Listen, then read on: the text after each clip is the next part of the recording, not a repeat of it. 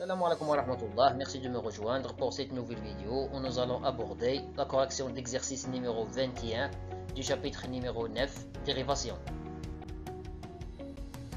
Le contenu de l'exercice, soit f une fonction définie sur l'intervalle i, l'intervalle 0, p sur 2, par f de x égale 2 sinus x plus tangente x moins 3x. La première question, montrer que, quel que soit x appartenant à l'intervalle i, f' de x égale 1 sur cosinus au carré de x multiplié par 2 cosinus au cube de x moins 3 cosinus au carré de x plus 1.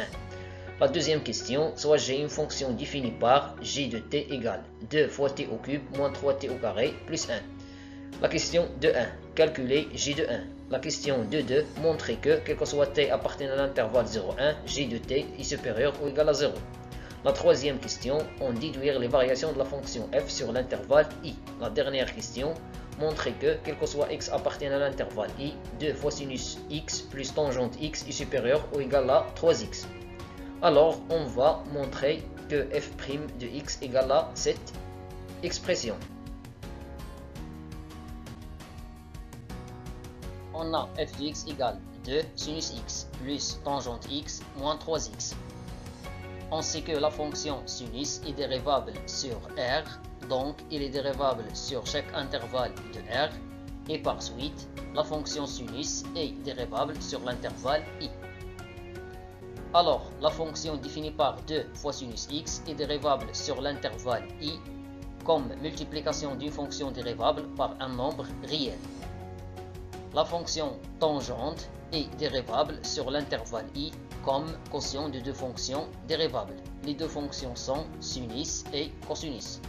On sait que cosinus ne s'annule pas sur cet intervalle. D'autre part, la fonction définie par moins 3x est dérivable sur l'intervalle i comme fonction polynomiale. On sait que toute fonction polynomiale est dérivable sur R, donc il est dérivable sur chaque intervalle de R et par suite il est dérivable sur l'intervalle i. Donc la fonction f définie par cette expression est dérivable sur l'intervalle i comme somme des fonctions dérivables. Et on a, quel que soit x appartenant à l'intervalle i, la dérivée de f c'est la dérivée de 2 fois sinus x plus tangente x moins 3x, c'est-à-dire 2 fois la dérivée de sinus x plus la dérivée de cosinus x moins 3 fois la dérivée de x. La dérivée de sinus x, c'est cosinus x. La dérivée de tangente x, c'est 1 sur cosinus au carré de x. Et la dérivée de x, c'est 1. 1 fois moins 3, ça fait moins 3. Après, on va mettre au même dénominateur. Le même dénominateur, c'est cosinus au carré de x. Alors ici, on va multiplier et diviser par cosinus au carré x. Ainsi, on va multiplier et diviser par cosinus au carré x. Après, j'utilise une seule fraction. Cosinus x fois cosinus au carré de x, c'est cosinus au cube de x. Et moins 3 fois cosinus au carré de x, c'est moins 3 cosinus au carré de x. Donc, on obtient 1 sur cosinus au carré de x multiplié par 2 fois cosinus au cube de x moins 3 fois cosinus au carré de x plus 1.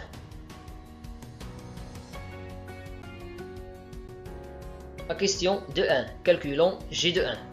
On a g de t égale 2 fois t au cube moins 3t au carré plus 1.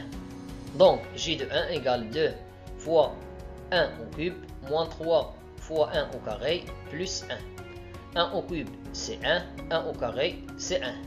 2 fois 1 c'est 2, moins 3 fois 1 c'est moins 3. 2 moins 3 plus 1 ça fait 0. Donc g de 1 égale à 0. La question de 2. Montrons que, quel que soit t appartient à l'intervalle 0,1, g de t est supérieur ou égal à 0. Comme g de 1 égale à 0, alors le polynôme 2 fois t au cube moins 3 fois t au carré plus 1 est divisible par t moins 1. Par suite, 2t au cube moins 3t au carré plus 1 égale t moins 1 multiplié par a fois t au carré plus b fois t plus c. Ici, le degré de ce polynôme c'est 3, le degré de t moins 1 c'est 1, donc forcément le degré ici sera 2. Donc, déterminons les réels a, b et c. Pour cela, on va effectuer la division euclidienne de ce polynôme sur t-1. Pour avoir 2t au cube, on va multiplier t par 2t au carré. 2t au carré fois t, c'est 2t au cube. 2t au carré fois moins 1, c'est moins 2t au carré. Après la soustraction, 2t au cube moins 2t au cube, c'est 0. Moins 3t au carré moins 2t au carré, c'est moins t au carré. Après 0t et plus 1. Pour avoir moins t au carré, on va multiplier t par moins t. Moins t fois t, c'est moins t au carré. Et moins t fois moins 1, ça fait plus t. Après la soustraction. Moins t au carré moins t au carré, c'est 0. 0t moins plus t, c'est moins t. Et après plus 1. Pour avoir moins t, il suffit de multiplier t par moins 1. Donc, moins 1 fois t, c'est moins t. Et moins 1 fois moins 1, c'est plus 1. Après la soustraction, on obtient 0. Cela signifie que 2 fois t au cube, moins 3t au carré, plus 1, égale t moins 1, tu multiplies par 2t au carré, moins t, moins 1.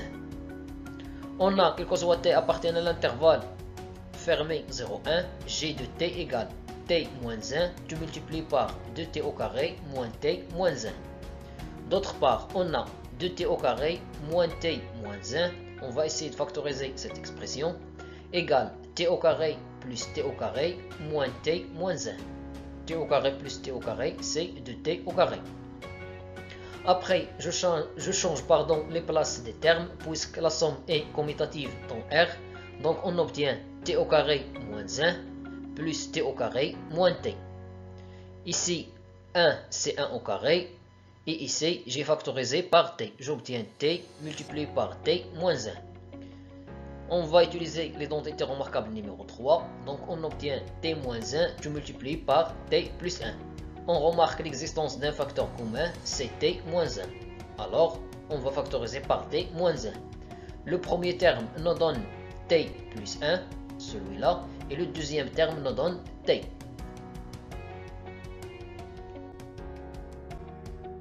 T plus t, c'est 2t. D'où 2t au carré moins t moins 1 égale t moins 1, tu multiplies par 2t plus 1. Par suite, g de t égale 2t au cube moins 3t au carré plus 1. D'après ce qui précède, égale t moins 1, tu multiplies par 2t au carré moins t moins 1. Après, je vais remplacer cette expression par celle-là. Donc, on obtient t moins 1, tu multiplies par t moins 1, tu multiplies par 2t plus 1. C'est-à-dire t moins 1 tout au carré, tu multiplies par 2t plus 1. Comme, quel que soit t appartenant à l'intervalle 0,1, t moins 1 tout au carré supérieur ou égal à 0, alors cela signifie que g de t, ou bien le signe de g de t sur l'intervalle 0,1 est celui de 2t plus 1. On a, quel que soit t appartenant à l'intervalle 0,1, t compris entre 0 et 1. Cela signifie que 2t compris entre 2 fois 0 et 2 fois 1. J'ai multiplié les côtés de cette double inégalité par le nombre réel positif strictement 2. L'ordre ne change pas. 2 fois 0, c'est 0. 2 fois 1, c'est 2. Après, j'ajoute 1. L'ordre ne change pas. Donc, j'obtiens 0 plus 1 inférieur ou égal à 2t plus 1 inférieur ou égal à 2 plus 1. C'est-à-dire que 2t plus 1 compris entre 1 et 3. 0 plus 1, c'est 1. Et 2 plus 1, c'est 3. Cela signifie que 2t plus 1 est supérieur strictement à 0. Et par suite, quel que soit t appartenant à l'intervalle 0,1, g de t est supérieur ou égal à 0. Positif fois supérieur strictement positif et positif. La troisième question, déduisons les variations de la fonction f sur l'intervalle i. On a, quel que soit x appartenant à l'intervalle i, f' de x égale 1 sur cosinus au carré de x multiplié par 2 fois cosinus au cube de x moins 3 fois cosinus au carré de x plus 1. D'autre part, on sait que quel que soit x appartenant à l'intervalle 0 pi sur 2, cosinus x se trouve entre 0 strictement et 1 largement. D'autre part, quel que soit t appartenant à l'intervalle 0,1, 2 fois t au cube moins 3 fois t au carré plus 1 est supérieur ou égal à 0. Cela d'après la question précédente. Si x appartient à l'intervalle 0, p sur 2, alors cosinus x appartient à l'intervalle 0, 1. Donc, elle vérifie cette condition. Alors, par suite, 2 fois cosinus au cube de x, moins 3 fois cosinus au carré de x, plus 1 est supérieur ou égal à 0. D'autre part, 1 sur cosinus au carré de x est supérieur strictement à 0, puisque cosinus x se trouve entre 0 et 1. On conclut que, quel que soit x appartient à l'intervalle i, f' de x est supérieur ou égal à 0. Par conséquent, la fonction f est croissante sur l'intervalle i. La dernière question, montrant que quel que soit x appartient à l'intervalle i, 2 fois sinus x plus tangente x supérieur ou égal à 3x. Puisque la fonction f est croissante sur l'intervalle i, alors quel que soit x appartient à i, x supérieur ou égal à 0, alors f de x est supérieur ou égal à f de 0. C'est-à-dire que, quel que soit x appartient à l'intervalle i, f de x c'est 2 fois sinus x plus tangente x moins 3x. Et f de 0 c'est 0. Sinus 0 c'est 0, tangente 0 c'est 0, moins 3 fois 0 c'est 0. Après, je déplace moins 3x vers le deuxième côté. Alors on obtient, quel que soit x appartient à i, 2 fois sinus x plus tangente x est supérieur ou égal à 3x, ce qu'il fallait démontrer. C'est tout pour cette vidéo, merci et à bientôt.